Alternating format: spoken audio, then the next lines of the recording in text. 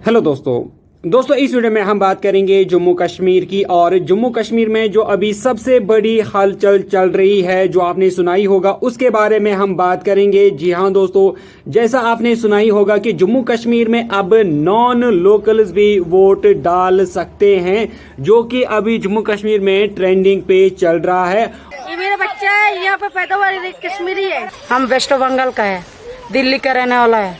हम बहुत खुश है मोदी जी से, बहुत खुश है। वोट डालना जरूरी होता है, वोट हम डालेंगे। और यहाँ पर जो लोकल पॉलिटिकल पार्टीज हैं वो आग बगोला हो गई हैं, वो बहुत ही नाराज हैं सेंटर से, जिन्होंने ये फैसला लिया है कि अब जम्मू कश्मीर में नॉन लोकल्स लेबरर्स या जो मुलाजिम है यहाँ पर जो सर्विस यहाँ पर करते हैं वो सारे अब जम्मू कश्मीर में वोट डाल सकते हैं और जम्मू कश्मीर में हुकूमत बना सकते हैं, अपना नुमाइंदा चुन सकते हैं।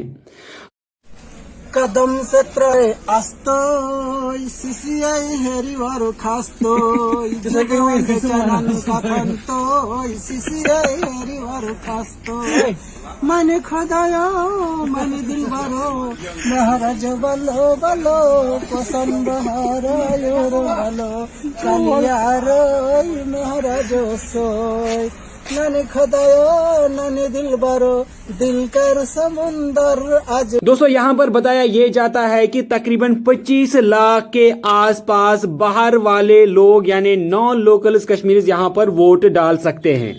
दोस्तों आपको याद ही होगा कि 5 अगस्त 2019 को जम्मू कश्मीर का स्पेशल स्टेटस जो कि उसको प्रोवाइड करता था आर्टिकल 370 और इसके अलावा 35A जो है वो खत्म किया गया और उसके बाद जम्मू कश्मीर एक यूनियन टेरिटरी बनाई गई और उसके बाद यहाँ के जो जॉब्स हैं वो यहाँ जम्मू कश्मीर के डोमिसाइल्स को भी जो है वो उसमें आप अप्लाई कर सकते हैं। और इसी तरह अब जब हम वोटिंग की बात करते हैं तो वोटिंग में यहाँ पर यह बताया गया है कि इसमें जो वोटर्स हैं जो बाहर से आएंगे जो 25 लाख के आसपास रहेंगे उनको डोमिसाइल होने की जरूरत नहीं है। इससे पहले जब जम्मू कश्मीर एक रियासत थी और आर्टिकल 370 और 35A था तो जम्मू कश्मीर के पास अपना एक अलग कॉन्स्टिट्यूशन था जो कि जम्मू एंड कश्मीर कॉन्स्टिट्यूशन कहलाता था। उस कॉन्स्टिट्यूशन में एक लॉ था जिसे कहते थे रिप्रेजेंटेशन ऑफ पीपल। तो उस रिप्रेजेंटेशन ऑफ पीपल के मुताबिक जो जम्मू कश्मीर के परमानेंट रेसिडेंट्स होते थे यानी जिनके पास PRC होता था यानी जिसे स्टेट सब्जेक्ट कहा जाता था, सिर्फ वही लोग जम्मू कश्मीर में वोट डाल सकते थे। दोस्तों इंडियन कॉन्स्टिट्यूशन के आर्टिकल 326 के मुताबिक इंडिया का कोई भी ऐसा सिटीजन जिसकी एज 18 साल या फिर 18 साल से ज्यादा हो वो अपना वोट दे सकता है।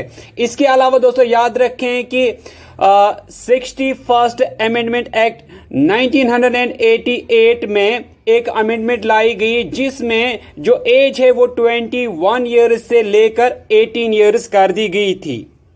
यानी 61st अमेंडमेंट एक्ट 1988 से पहले जो वोटिंग एज इंडिया में रखी गई थी वो 21 ईयर्स रखी गई थी, यानी जो 21 साल से कम होता तो वो वोट नहीं डाल सकता था। लेकिन इस अमेंडमेंट के बाद जो एज है वो 21 साल से लेकर 18 साल कर दी गई। दोस्तों वापस हम बात करते हैं जम्मू कश्मीर की। तो जम्मू कश्मीर में बताए जाते हैं जो यहाँ पर परमानेंट रेसिडेंट्स हैं उनके वोटर्स की तादाद जो है वो 76 लाख के आसपास है, यानी 76 लाख के आसपास है। अब यहाँ पर यह बताया जाता है कि तकरीबन 25 लाख जो बाहर वाले हैं वो यहाँ पर आ सकते हैं और अपना वोट डाल सकते हैं। बाहर वाले वोटर्स को यहाँ पर वोटिंग के लिए एलिजिबल करार देना, इस पर जो यहाँ की जो रीजनल पार्टीज हैं उन्होंने यहाँ पर ये इल्जाम लगाया है कि जो मौजूदा सरकार है वो जम्मू कश्मीर की डेमोग्राफी को चेंज करने की पूरी कोशिश कर रही है और बता ये रही है कि जो मौजूदा सरकार है वो यहाँ पर अपनी सरकार बनाने के लिए ये कदम उठा रही है, क्योंकि उनको ये लगता है कि जो बाहर वाले वोटर्स रहेंगे वो मौजूदा सरकार की ही सपोर्ट में वोट डालेगी। मसला दोस्तों यहाँ पर यह है कि क्या इस तरह के अमल को या इस तरह के प्रोसेस को परमिसिबल है या इसकी इजाज़त दी गई है कि एक स्टेट का जो वोटर है वो किसी दूसरी स्टेट में वोट डाल सकता है। जी हाँ दोस्तों, ऐसा परमिसिबल है, इसकी इजाज़त पूरी तरह से दी गई है। ये लीगल है कि कोई भी इंसान अगर वो चाहे तो वो एक स्टेट का अगर रहने वाला हो वो दूसरे स्टेट में अपना वोट डाल सकता है, लेकिन उसके लिए कुछ कंडीशंस हैं।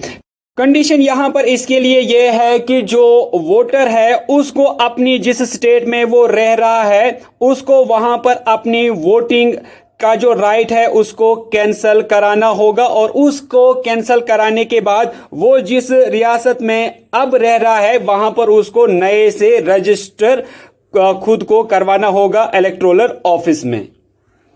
ये प्रोसेस कंप्लीट करने के बाद एक वोटर जो है वो दूसरी रियासत में वोट डाल सकता है। लेकिन दोस्तों जब हम जम्मू कश्मीर की बात करते हैं तो जम्मू कश्मीर में जो भी यहाँ पर नॉन लोकल्स आते हैं वो ज्यादातर मजदूरी करने के लिए आते हैं। यहाँ पर वो कुछ महीने गुजारने के बाद अपने घर जो हैं वो वापस जाते हैं, और इनमें से कुछ तो फिर दूसरी बार नहीं आते, किसी दूसरी स्टेट में चले जाते हैं काम करने के लिए। तो ऐसे में इन लोगों का यहाँ पर अपना इलेक्टोरल ऑफिस में रजिस्टर करवाना और अपनी खुद की रियासत से वोटिंग राइट को कैंसिल करवाना, वहां से अपना नाम कटवाना, क्या ये सही रहेगा? क्योंकि ये 6 महीने इधर रहेंगे, 6 महीने उधर रहेंगे, 6 महीने इधर रहेंगे या किसी दूसरे स्टेट में जाएंगे तो बार बार नाम कटवाना या इधर रजिस्टर करवाना उधर रजिस्टर करवाना, ये इनके लिए क्या दर्दे सर नहीं बनेगा? क्योंकि ये यहाँ पर परमानेंट तो नहीं रहते हैं, ये बस काम के लिए आते हैं कुछ महीने और फिर वापस भी चले जाते हैं।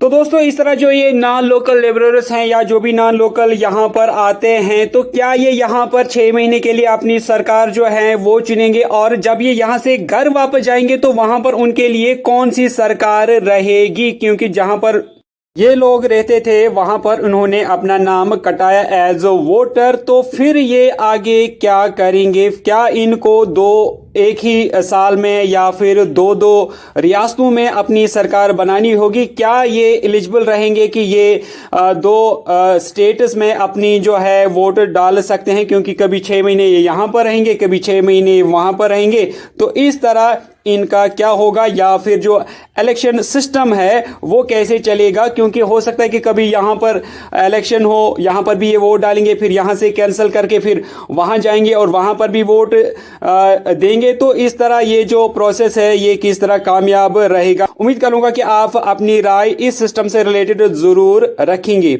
मैं मिलता हूं आपसे एक नेक्स्ट वीडियो में, तब तक के लिए टेक केयर।